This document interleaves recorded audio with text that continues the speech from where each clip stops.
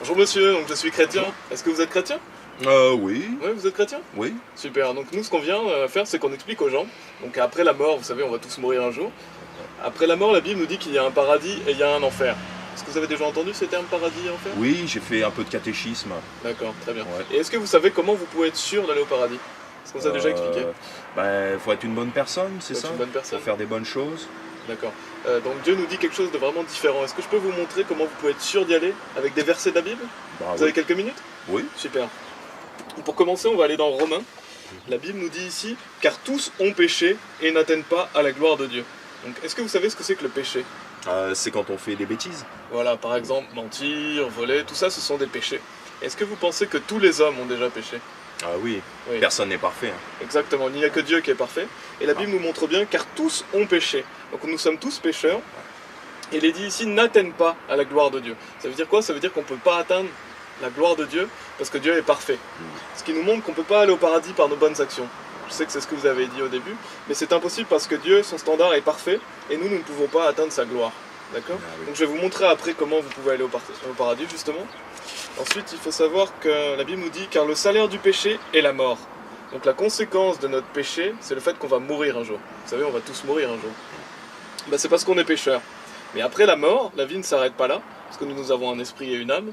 Et la Bible après parle de la seconde mort, dans ce qu'on appelle l'enfer. Je vais vous montrer un verset qui en parle. Dans Apocalypse 21:8, il est dit « Mais les craintifs et les incrédules, et les abominables, et les meurtriers, et les proxénètes, et les sorciers, et les idolâtres », tout ça c'est une liste de péchés. Mais après ça nous dit aussi « Et tous les menteurs ». Est-ce que vous avez déjà menti? Ça vous est arrivé oui. de mentir? Ouais. Oui, c'est arrivé à tout le monde. Ouais. C'est pour ça que Dieu le met ici, parce que moi aussi j'ai menti. Et Dieu sait très bien qu'on est tous coupables, parce qu'on a tous menti. Et il nous dit, auront leur part dans le lac qui brûle avec le feu et le soufre, qui est la seconde mort. Donc c'est ça, la Bible nous parle donc de l'enfer. C'est sûr que c'est pas très drôle, mais Dieu nous met en garde que la conséquence de notre péché, c'est le fait qu'on soit puni en enfer. Parce que nous devons payer pour les péchés que nous avons faits. Bien sûr, est-ce que vous pensez que Dieu veut que vous alliez en enfer? Non, je pense pas. Non, la Bible dit que Dieu est amour. Dieu veut que tous les hommes soient sauvés. Donc qu'est-ce qu'il a fait justement par amour pour vous? Pour que justement vous n'ayez pas à aller en enfer et que vous puissiez être pardonnés de vos péchés. Donc la Bible dit en Romains 5, au verset 8, « Mais Dieu dirige son amour vers nous, en ce que, pendant que nous étions encore pécheurs, Christ mourut pour nous. » Donc ce que Dieu a fait par amour pour vous, c'est qu'il a envoyé son Fils Jésus-Christ mourir pour vous. Est-ce que vous connaissez un peu l'histoire de Jésus-Christ? Oui, j'ai fait un peu de catéchisme. Catéchisme? Ouais. D'accord. Je vais vous montrer, je vais vous faire un résumé pour bien revoir avec vous. La Bible dit en Matthieu 1, au verset 21, « Et elle enfantera un fils », donc en parlant de la Vierge Marie, « et tu appelleras son nom Jésus, car il sauvera son peuple de leurs péchés. » Donc pour vous dire que le nom de Jésus signifie qu'il va nous sauver, donc c'est le sauveur. Jésus est notre sauveur. Quand il est venu sur terre il y a 2000 ans, il est venu dans l'objectif de nous sauver de nos péchés. Et il est dit ici, voici une vierge sera enceinte, parce que Jésus est né de la Vierge Marie, et enfantera un fils, et l'on appellera son nom Emmanuel, ce qui signifie Dieu avec nous. Donc Jésus-Christ est le Fils de Dieu qui est venu sur terre il y a 2000 ans, mais il est aussi Dieu. D'accord? La Bible nous dit que Dieu fut manifesté dans la chair. Là il est dit ce qui signifie Dieu avec nous. Oui, D'accord. vous voulez savoir quelque Mais chose? comment il peut être à la fois le Fils de Dieu et Dieu? Parce que Dieu est trinitaire, donc il est composé de 3 personnes. Il y a le Père, le Fils et l'Esprit Saint. La Bible nous dit car il y en a 3 qui attestent dans le ciel, le Père, la Parole et l'Esprit Saint. Et ces 3-là sont un. D'accord. Ce qui veut dire qu'il y a 3 personnes mais un seul Dieu. Donc Jésus-Christ est pleinement Dieu, mais il est aussi pleinement le Fils de Dieu. D'accord. Et donc Dieu est venu, il a été manifesté dans la chair. Il a mené une vie parfaite. La Bible dit qu'il n'a connu aucun péché. Pourtant il a été tenté comme nous le sommes. Donc il n'a jamais péché. Et pourtant les hommes l'ont arrêté, ils l'ont fait fouetter, ils se sont moqués de lui et ils l'ont fait crucifier. Vous avez déjà sûrement... Voilà. Ouais. Et pourquoi les hommes l'ont crucifié? Parce que Jésus est venu mourir pour nos péchés. Ça veut dire que Jésus s'est donné lui-même pour nous quand il est mort sur la croix. Il est bien dit ici, dans 1 Pierre 2,24, qui lui-même a porté nos péchés en son propre corps sur l'arbre. Ça veut dire sur la croix. D'accord. Donc quand Jésus-Christ est mort sur la croix, il a porté tous vos péchés. Tous mes péchés, les péchés de tout le monde. Il est venu pour ça mourir pour nos péchés. Il a pris notre place. Parce que nous méritions la mort, nous méritions d'aller en enfer, mais Jésus-Christ, en mourant sur la croix, a pris notre place. Et après, quand il est mort, son âme et son esprit sont descendus en enfer pendant 3 jours et 3 nuits. Ah, c'est ça. payé Donc. pour nos péchés aussi. D'accord.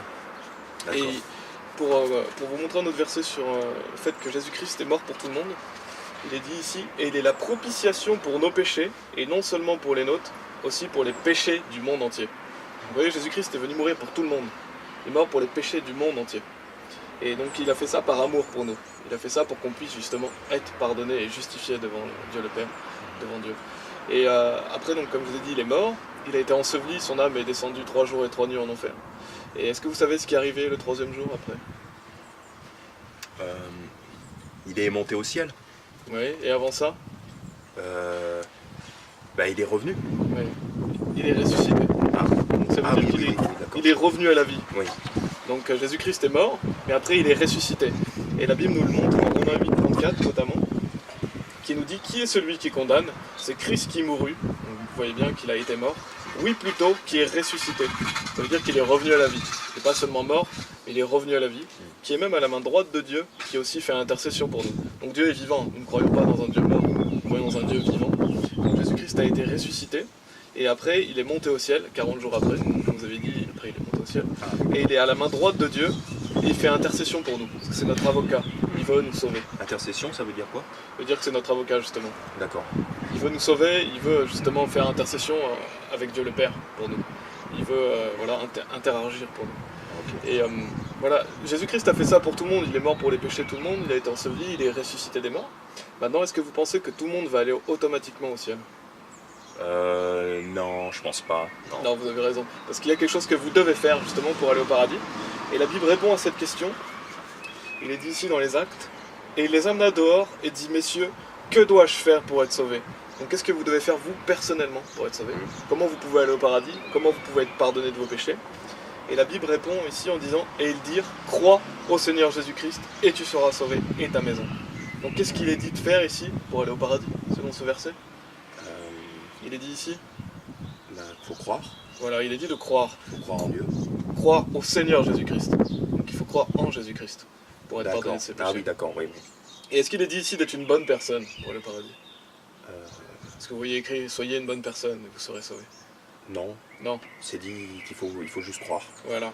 Est-ce qu'il est dit aussi d'aller à l'église ou d'être baptisé?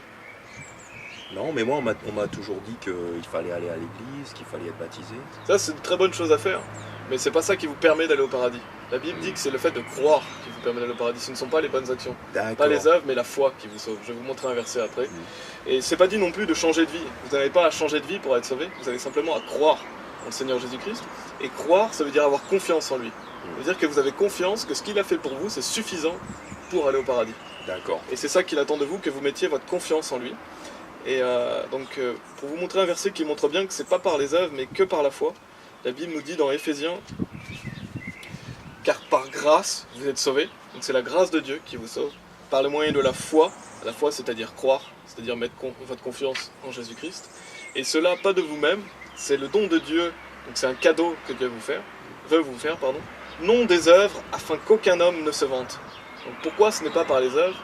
Pour pas que c'est ce qui est écrit ici, que je me vante. Voilà. Dieu veut pas qu'on se vante, veut pas qu'on se glorifie. Donc il ne nous sauve pas par nos bonnes actions, mais il nous sauve par sa grâce. D'accord? Parce que toute la gloire revient seulement à lui pour notre salut. Et c'est très important parce que justement dans l'église catholique, on nous enseigne faussement qu'on doit être une bonne personne, qu'on doit pratiquer la religion, alors que la Bible est très claire. Non, cela ne vous sauve pas, ce qui vous sauve c'est votre confiance en Jésus-Christ. Et on ne peut pas dire qu'on a confiance en Jésus-Christ, plus confiance dans nos propres actes. Toute la confiance doit être en lui. Vous devez simplement croire en lui pour votre paradis. Et il est bien dit dans Romains aussi, qui confirme cela, dans Romains 3, au verset 28, il nous dit « Par conséquent, nous concluons qu'un homme est justifié par la foi sans les actions de la loi. » Vous voyez que vous êtes justifié par la foi, c'est-à-dire en croyant au Seigneur Jésus-Christ, sans les actions de la loi, sans aucune bonne œuvre de votre part. C'est seulement l'œuvre de Jésus-Christ qui vous sauve, et le fait que vous mettiez votre foi en lui, vous fait que vous êtes pardonné de tous vos péchés, parce que la justice que Jésus-Christ a accomplie pour vous, elle est imputée sur vous après. Lui qui était parfait, Dieu vous voit parfait parce que vous avez cru en lui. Et ce cadeau, donc c'est un cadeau que Dieu va vous faire, le don de Dieu, ça s'appelle la vie éternelle.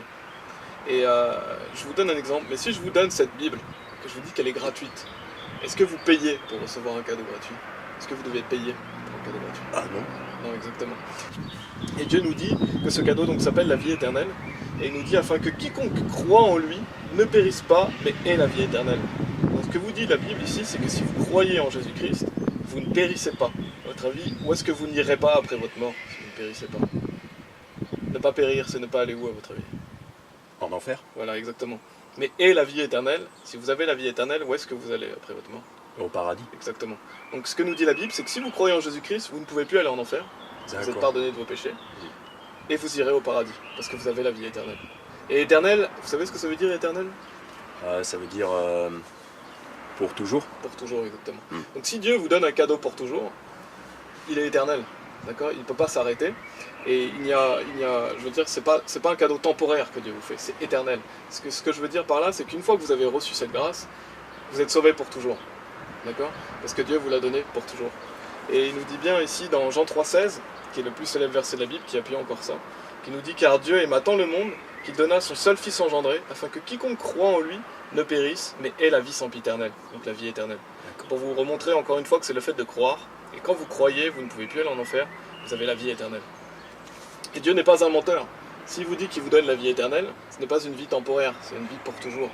Et il nous dit vraiment dans Tite 1,2, dans l'espérance de la vie éternelle, laquelle Dieu, qui ne peut mentir, a promis avant le commencement du monde. C'est une promesse que Dieu vous fait. Si vous faites une promesse, vous pouvez être sûr qu'il va l'accomplir. Et il y a un verset aussi qui nous dit dans Jean 1,12, nous dit « Mais à tous ceux qui l'ont reçu, à eux il a donné pouvoir de devenir les fils de Dieu, c'est-à-dire à ceux qui croient en son nom. » Donc comment vous devenez un enfant de Dieu? C'est ce qui est écrit ici. Ceux qui croient. Voilà. Il faut croire. Voilà. Toujours le fait de croire. Qu'est-ce qui fait que vous êtes pardonné de vos péchés? Qu'est-ce qui fait que vous pouvez aller au paradis? Qu'est-ce qui fait que vous devenez un enfant de Dieu? C'est le fait de croire. Ah, oui, c'est votre foi. Ouais. Et donc Dieu dit que vous devenez son enfant, c'est-à-dire que vous ne l'étiez pas avant. Vous le devenez le jour où vous croyez en lui. Et combien de fois vous êtes né sur cette terre? Une fois. Une fois. Donc à votre avis, combien de fois il faut que vous soyez né de nouveau? Combien de fois vous devez naître pour devenir un enfant de Dieu? 2 fois. Une deuxième fois, mais c'est qu'une seule fois. Ah oui, oui. C'est la deuxième fois, mais c'est qu'une seule fois. Ce qui veut dire que c'est un événement. Le jour où vous êtes devenu un enfant de Dieu, vous l'êtes pour toujours. Parce que vous appartenez à sa famille et parce que vous lui appartenez. D'accord. Et il le dit bien ici, lesquels sont nés non du sang, ni de la volonté de la chair, ni de la volonté d'homme, ni de la volonté de l'homme, mais de Dieu. Donc vous êtes nés de nouveau, vous êtes nés de Dieu. Ah oui. Et si Dieu est votre père, est-ce que vous pouvez arrêter d'être son enfant à votre avis? Quand on a un père, est-ce qu'on peut arrêter d'être son enfant? Moi, par exemple, si je veux quitter, si je quitte ma famille, si je veux plus les voir, je peux quitter ma famille. Mais est-ce que vous... Je peux quitter mon père. D'accord, vous pouvez quitter votre famille, mais est-ce qu'il arrête d'être votre père pour autant? Est-ce que votre père peut arrêter d'être votre père? Est-ce que vous appartenez pas génétiquement à sa famille? Ah oui, oui, c'est vrai. Ouais. C'est la même chose avec C'est vrai, Dieu. c'est toujours mon père dans le fond. Voilà, exactement. Ouais. Donc si vous appartenez à la famille de Dieu, si vous êtes son enfant, vous l'êtes pour toujours. D'accord. Même si vous vous éloignez de lui, il reste votre père. C'est ça. Et c'est ce que dit ce verset. Ouais. Et quand vous devenez son enfant, donc ce que Dieu peut faire, c'est que si vous commettez de graves péchés, ou si vous déviez de la voie que Dieu veut que vous ayez, en tant que chrétien, Dieu peut vous punir, il va vous châtier, c'est ce que dit la Bible. Parce qu'il veut que vous marchiez dans le droit chemin, il vous aime et il veut vous ramener sur le droit chemin. Donc si vous commettez du péché, Dieu va vous punir. Et si vous faites des bonnes actions, Dieu va vous bénir. Mais vous savez où vous allez passer l'éternité, quoi qu'il arrive. Parce que le jour où vous avez mis votre confiance en Jésus-Christ, vous êtes sauvés pour toujours. La Bible dit « Et de leurs péchés et iniquités, je ne me souviendrai plus ». C'est-à-dire que Dieu a oublié toutes vos mauvaises actions, passées, présentes, mais aussi futures. Le jour où vous avez cru en lui, vous êtes sauvés pour l'éternité. Et donc c'est une bonne nouvelle, parce que Dieu vous sauve pour toujours. Et il dit dans Jean aussi, pour bien vous montrer que c'est pour toujours, un verset, donc c'est Jésus-Christ qui parle et qui nous dit « Et je leur donne la vie éternelle », donc en parlant des personnes qui croient en lui, il leur donne la vie éternelle, « et ils ne périront jamais, et aucun homme ne les ravira de ma main ». Ce qui veut dire que quand vous avez cru en Jésus-Christ, Dieu vous donne la vie éternelle, vous ne périrez jamais, ça veut dire que vous n'irez jamais où à votre vie? En enfer. Voilà. Et aucun homme ne les ravira de ma main, donc vous êtes dans la main de Dieu. Et qui est le plus fort? C'est Dieu ou c'est vous à votre avis? C'est Dieu. C'est Dieu. Ouais. Donc Dieu vous dit qu'il vous tient dans sa main, vous ne pouvez pas lâcher cette main, et lui ne va jamais lâcher votre main, parce qu'il le dit qu'aucun homme ravira de ma main. Et il vous dit qu'il vous a donné la vie éternelle et que vous ne périrez jamais. D'accord. Et d'ailleurs un autre verset nous dit « Jamais je ne te laisserai, ni ne t'abandonnerai ». Et que Jésus-Christ est le même hier et aujourd'hui et pour toujours, qu'il est fidèle. Ah oui. Donc c'est pas votre fidélité qui vous sauve, c'est la fidélité de Dieu envers vous. la fidélité que Dieu vous promet que si vous avez cru en lui, vous irez au paradis à votre mort. Et c'est sur ça qu'on se base, c'est sur le fait que Dieu nous a promis cela et qu'on a mis notre confiance en lui. D'accord ? Ouais. Je vais vous poser quelques questions pour voir si vous avez bien compris. Est-ce que vous reconnaissez que vous avez déjà péché dans votre vie ? Ouais. Et est-ce que vous croyez que Jésus-Christ est mort sur la croix pour vos péchés ? Il est mort pour vous. Vous y croyez ? Je suis pas sûr, j'avais vu ça au catéchisme, je suis pas sûr à 100% quand même. Je vais vous montrer un autre verset à ce sujet, pour bien vous montrer qu'il est mort pour vos péchés. Dans 1 Corinthiens 15, il est dit « Car je vous ai transmis avant tout cela, ce que j'ai aussi reçu, comment Christ mourut pour nos péchés, selon les Écritures. » Vous voyez, les Écritures attestent qu'il est mort pour vos péchés, Ouais. et qu'il a été enterré, et qu'il est ressuscité le 3e jour, selon les Écritures. Donc Dieu vous promet que selon sa parole, Jésus est mort pour vos péchés. Il a payé votre dette. Vous avez seulement à y croire pour que justement justice soit imputée sur vous et pour que vous soyez pardonné. Christ mourut pour nos péchés, selon les Écritures. Ouais. Vous avez confiance que Jésus-Christ est mort pour vos péchés ? Bah ouais, c'est ce que dit la Bible. Très bien. Et est-ce que vous croyez qu'il est ressuscité des morts aussi ? C'est très important. C'est ce que dit la Bible. Exactement. J'y crois. Et d'après ce qu'on a vu dans la Bible, qu'est-ce qu'il faut que vous fassiez ? Que devez-vous faire pour aller au paradis ? Croire en Dieu. Et en qui spécifiquement ? Jésus-Christ. Voilà, croire en Jésus-Christ. Croire en Jésus-Christ. Parce que croire en Dieu, nous croyons que Jésus-Christ est Dieu. Nous croyons Oui. dans le Dieu de la Bible, pas dans le Dieu du Coran, pas dans le Dieu d'une autre religion, mais dans le Dieu de la Bible. C'est le Dieu de la Bible qui vous sauve, c'est le fait que Jésus-Christ est manifesté dans la chair. Croire en Jésus-Christ. Parce que Jésus a dit « Je suis le chemin, la vérité et la vie. Aucun homme ne vient au Père que par moi. » Vous ne pouvez pas aller au paradis sans Jésus-Christ. C'est en Jésus-Christ que vous pouvez avoir confiance. Et si vous avez confiance en Jésus-Christ, vous avez confiance en Dieu. Et est-ce qu'il faut rajouter quelque chose d'autre que croire, ou croire suffit pour aller au paradis ? Croire suffit. Exactement, parce que c'est pas par les bonnes actions, c'est que croire. Ouais, et qu'est-ce que Dieu vous pardonne si vous croyez en son Fils ? Mes péchés. Tous vos péchés. Ouais. Et qu'est-ce qu'il vous donne ? La vie. Ouais, la vie éternelle. Ouais, la vie éternelle. Ouais. Donc c'est la vie pour toujours. Et est-ce que si vous commettez un grave péché, par exemple, admettons que vous allez tuer quelqu'un, vous commettez un grave péché, est-ce que vous pensez que Dieu peut vous retirer la vie éternelle ? Non. Non, il peut pas. Parce que je suis son enfant. Voilà, exactement. Ouais. Et comme je l'ai dit, il va vous punir si vous faites des mauvaises actions. D'accord. Mais il vous a déjà pardonné Ouais. d'avance tout ce que vous allez faire dans Ça le fait futur du aussi. sens. Ouais, ça a fait du sens. Parce que vous êtes sauvé, vous êtes son enfant. Et bien sûr que Dieu veut que vous pratiquiez les bonnes œuvres une fois que vous êtes sauvé, mais pour être sauvé, vous savez que vous êtes sauvé pour toujours parce que vous avez eu confiance en lui. Le jour où vous avez cru en lui, vous êtes sauvé. C'est quelque chose qui a lieu une fois dans votre vie. Et il y a un verset qui nous dit dans Romains 10, la Bible nous dit « Si tu confesses de ta bouche le Seigneur Jésus, et si tu crois dans ton cœur que Dieu l'a ressuscité des morts, tu seras sauvé. » Donc aujourd'hui, si vous voulez bien, je vais vous aider à mettre votre confiance en lui. Et si vous mettez votre confiance en lui, vous savez que Dieu vous a sauvé parce que vous avez cru en son nom. Vous voulez bien faire ça ? Ouais. Donc baissons la tête et prions ensemble si vous voulez bien. Seigneur Jésus-Christ, Seigneur Jésus-Christ, je sais que je suis un pécheur, je sais que je suis un pécheur, je sais que je mérite d'aller en enfer, je sais que je mérite d'aller en enfer, mais je crois que tu es mort sur la croix pour moi, mais je crois que tu es mort sur la croix pour moi, et que tu es ressuscité. et que tu es ressuscité. Merci de m'avoir sauvé, Merci de m'avoir sauvé, et de m'avoir donné la vie éternelle. et de m'avoir donné la vie éternelle. Par la foi, Par la foi, j'ai confiance en toi seul, Seigneur Jésus. j'ai confiance en toi seul, Seigneur Jésus. Amen. Amen. Amen. Vous avez cru dans votre cœur ? Oui, Amen. oui, amen. Donc Dieu vous a sauvé. Gloire à Dieu. Gloire à Dieu. Vous savez que maintenant vous allez aller au paradis. Ouais. Est-ce que vous pouvez aller encore en enfer, à votre avis ? Non.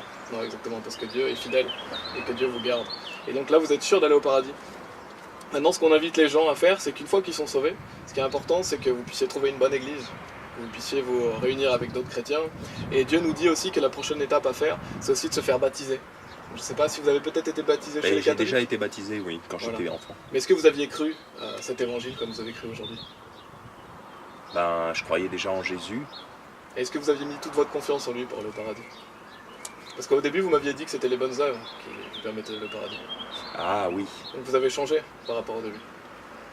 Ah oui, c'est vrai. C'est vrai. Avant, je croyais que c'était mes bonnes actions.